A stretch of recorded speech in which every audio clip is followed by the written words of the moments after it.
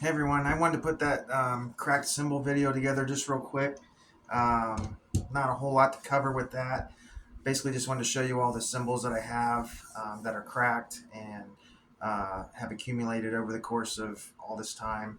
The first group of cymbals are the ones that I cracked, and I want to show you and give you maybe a little bit of a story on how I cracked those.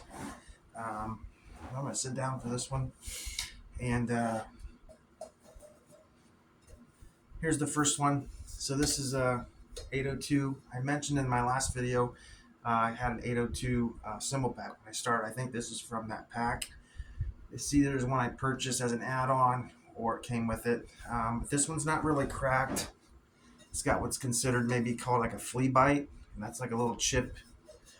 You're not gonna be able to see it probably, but there's a little chip right there. So I classify that as a it's gonna crack if I keep hitting it kind of thing. So there's some money. Um, Here's a pasty full crash. This is like a $400 cymbal when I bought it, and it's barely cracked right there. You can see it. So there's that one. You'll see a common theme. I did a lot of pasty folk signature series crashes when I first started playing, so I really liked the way they sounded. Here's another fast crash. It's got a nice crack in it. Very expensive cymbal. Here's another fast crash. That one's really obvious where that one's cracked, but another signature series cymbal. And here's another one. So that was one that cracked, and then I took some snips and I cut the piece that was off. So here's another. I didn't notice that till now. It's cracked there also. So that's a good one. I shared the story in the last video. I can share it again, but I know how I cracked all these cymbals. One was a girl came up on stage while we were playing and hit my cymbal with the tambourine. That was one. And one was one of the fast crashes. I was hitting it way too hard, getting caught up in the moment, and they're not really designed for like a power crash type thing. So I know I destroyed one of them doing that. Another one, I know that I caught my shorts. I had some cargo shorts on, and I was getting up from my drums during practice, and the cargo shorts had a loop around the leg, and it caught one of the cymbal. It caught the stand of the cymbal, and then the cymbal went crashing as I was walking. And so that cymbal hit concrete. So that destroyed that cymbal too. So all in all, probably I don't know, $1,500 worth of damage with these cymbals, maybe even more. So the next round of cymbals I'm going to show you are the ones I've accumulated over the course of playing and doing different drum deals with people. One of the guys gave me, I think he either gave them to me or gave me a bunch really cheap, and I'm going to go through those real quick, and they're all different types. There's a big 18-inch crash. Ride cymbal cracked, really heavy. It's really old too. It's like a Zildjian, I think. Hoping I can save that down the road. Here's a Meinl cymbal that's cracked right there. Not horrible, but it's cracked. Here's a dark energy hi-hat top, 15-inch. So probably was a pretty expensive hi-hat. So whoever had that probably had a hi-hat stand take a nosedive, cracked it. Here's an Adidas Ride Crash 18-inch, another good cymbal, cracked. Two places. So, what a shame. Here's a Pasty Alpha. It's another hi-hat top, and it's got a nice crack in it also, a couple of them. So, money. Oh, this is so much money. Here's another cymbal that's it's like I think it's a 20-inch, probably 20-inch ride. If you can see the crack there, you can see it right there. So someone drilled holes in it. It's another method for maybe so crack doesn't continue to get worse.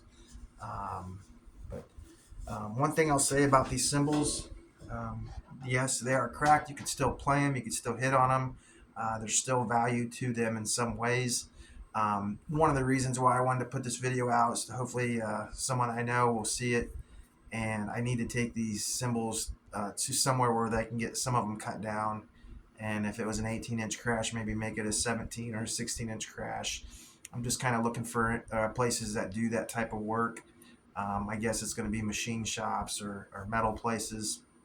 So I definitely want to look into doing something with that with some of these cymbals.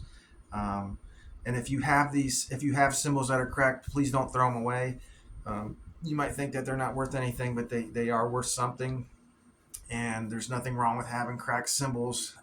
You can use them to play gigs if they're not horrible, or you can use them in a practice type scenario, which will work fine. So this cymbal here, I was talking about Zildjian Customs. I really didn't know I had this cymbal, but it's a dark crash. It's a 15-inch. It's a K series, which is a pretty awesome series of cymbals. Looks like you're not gonna be able to see it maybe, but maybe you will. There's a crack that goes from those two circles. Someone drilled out that, so I think that the crack wouldn't continue. So I'm not sure what kind of value this cymbal would still have. I don't play on it or haven't played on it, but that's an option. I guess if you have something that's starting to crack, you can drill holes in it. So, but anyways, that's another one. So looks like there's a crack underneath it too. So I guess the long story short version is that there's lots of money here, and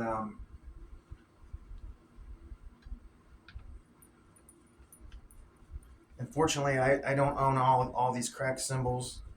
But when I was thinking about it, I'm probably gonna crack more cymbals in my life, and it's probably something that just comes along with it. You live, you learn type of thing. So my recommendations is don't let just anyone come up and play your drums, because you got a lot of money invested in your drum kit, and you got a lot of money invested in cymbals, and everyone's partying and having a good time, and it's real easy to allow people to come up and play. So some of my expenses was a result of that. Some of it was just me being careless, and I had a couple of those situations that I ended up cracking cymbals. So that was preventable. And basically, it's just kind of money wasted. So I wrote some notes down. And then I guess the big thing is I want to find out where I can take some of these cymbals to get them looked at. So if anyone has any experience of that or knows someone, let me know where you would recommend. So I think that's it. I was going to talk about keyholing. I guess I still can. But none of these cymbals have keyholing issues. But keyholing is basically when the hole gets kind of rounded out, and it's not really a hole anymore. It's kind of like taking on new shapes. This hole right here. And that would be because you're not playing with one of these, and the metal should be hitting plastic. So you should be going something like that and not hitting the actual. I can kind of help demonstrate this, but you don't want your cymbals hitting metal. You don't want metal to metal. So if you're playing your show or practice and you have something like this going on, you're going to get keyholing, and that's going to destroy your cymbal in that aspect, and it's going to definitely depreciate the value of that cymbal. So I don't know a whole lot about keyholing. I think that's what that is. So, but yeah, if you want to take good care of your cymbals, you definitely need to make sure your cymbal stands have something protective on there so what you hit. So that's basically all I had to go over with the broken cymbals. It's just kind of a shame because it's a lot of money, and for the ones that I am responsible for, at least I have some fun stories to talk about with it. So anyways, have a good night.